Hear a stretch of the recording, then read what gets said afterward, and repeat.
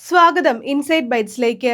പ്രധാനമന്ത്രി നരേന്ദ്രമോദിയുടെ മണിപ്പൂർ സന്ദർശനത്തിനെതിരെ പ്രതിപക്ഷ പാർട്ടികളുടെ രൂക്ഷ വിമർശനം. മണിപ്പൂർ കത്തിക്കൊണ്ടിരിക്കുമ്പോൾ ആ വശത്തേക്ക് തിരിഞ്ഞു നോക്കാത്ത പ്രധാനമന്ത്രിയാണ് ഇപ്പോൾ മണിപ്പൂരിലെത്തിയിരിക്കുന്നതെന്ന് കോൺഗ്രസ് നേതൃത്വം കുറ്റപ്പെടുത്തി. സമാധാനം പുലരട്ടെ എന്ന സന്ദേശമുയർത്തി മോദി മണിപ്പൂരിലെത്തിയത് രാഷ്ട്രീയ ലക്ഷ്യം വെച്ചാണ്. വേറൊന്നുമല്ല, 2027 നടക്കാനിരിക്കുന്ന നിയമസഭാ തെരഞ്ഞെടുപ്പിനെ മുന്നിൽ കണ്ടാണ് കലാപം വിഴുങ്ങിയ സംസ്ഥാനത്ത് മോദി എത്തിയത്.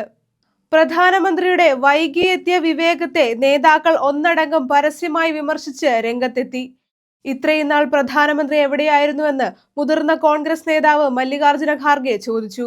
മോദിയുടെ മണിപ്പൂർ യാത്രയെ പ്രഹസനമെന്നാണ് രാഹുൽ ഗാന്ധി വിശേഷിപ്പിച്ചത്. സമാധാനത്തിലൂടെ വികസനം എന്നതാണ് കേന്ദ്ര സർക്കാരിന്റെ നയമെന്ന് മോദി മണിപ്പൂരിൽ പ്രഖ്യാപിച്ചു. കുക്കി സ്വാധീന മേഖലയായ ചുരാചന്ദ്പൂരിലും മെയ്തി മേഖലയായ ഇംഫാൽ താഴ്വരയിലും കലാപത്തിനിരയായവരോട് പ്രധാനമന്ത്രി സംവദിച്ചു.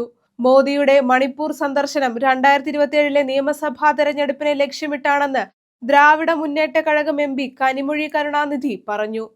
2027 നടക്കാനിരിക്കുന്ന നിയമസഭാ തെരഞ്ഞെടുപ്പിനുള്ള ഒരുക്കങ്ങളാണ് പ്രധാനമന്ത്രിയെ മണിപ്പൂരിനെ ഓർമ്മിപ്പിച്ചതെന്ന് കനിമൊഴി പരിഹസിച്ചു. മണിപ്പൂരിനോടുള്ള അനുകമ്പയല്ല ഇത്, വെറും തെരഞ്ഞെടുപ്പ് തന്ത്രങ്ങളാണെന്നും കനിമൊഴി എക്സിൽ കുറിച്ചു.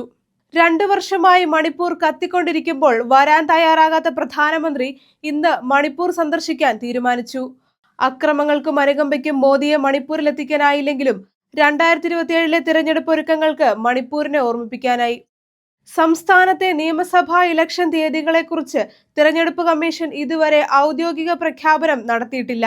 2025 ഫെബ്രുവരി 13 മുതൽ സംസ്ഥാനം രാഷ്ട്രപതിയുടെ നേരിട്ടുള്ള ഭരണത്തിലാണ്.